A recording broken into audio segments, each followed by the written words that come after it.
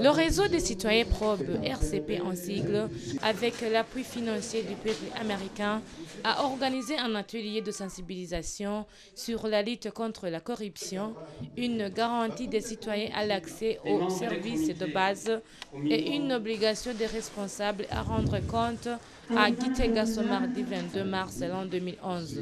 L'objectif principal de cet atelier était de sensibiliser les gens de l'administration, les magistrats, les tribunaux de résidence, les membres de la société civile, les confessions religieuses, que l'importance de la lutte contre la corruption, c'est les citoyens et les services de base. Ils ont constaté qu'il n'y a plus d'efforts qui sont déployés. La corruption ne fait que garoper, ne fait que grimper. La population a commencé, les citoyens à la base, pour savoir leurs droits, savoir que dans un état de la corruption, il n'y a pas de respect des droits de l'homme, de stabilité économique, sociale.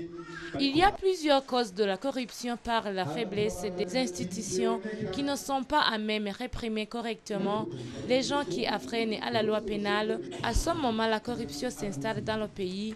Il y a des faiblesses salaires, des crudités des fonctionnaires, des magistrats, des agents de la police, la mentalité populaire et celui qui est nommé à la poste de responsabilité puisse profiter de son poste afin de s'enrichir de façon illicite. Le président de RCP, Vital Nshimirimana, nous parle des conséquences de la corruption. Il y a plusieurs conséquences de la corruption. La corruption tue l'État. En effet, la corruption est une entrave au développement socio-économique d'un pays. La corruption est porteuse de la guerre. Elle alimente la guerre et fait circuler la drogue à travers le monde. La corruption prive les citoyens de la jouissance des droits les plus élémentaires. La corruption freine tout effort de développement.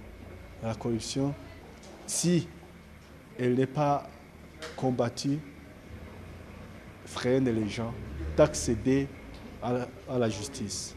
Ils ont l'effort de sensibiliser les gens de la population pour que les citoyens sachent se défendre, sachent qu'ils ont un grand rôle à jouer afin de lutter contre la corruption.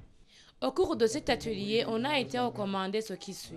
Augmentation du salaire de base, de dénoncer les corrupteurs et corrompus, d'accueillir les doléances de la population et de faciliter l'obtention des pièces et de PV de jugement rendus aux justiciables.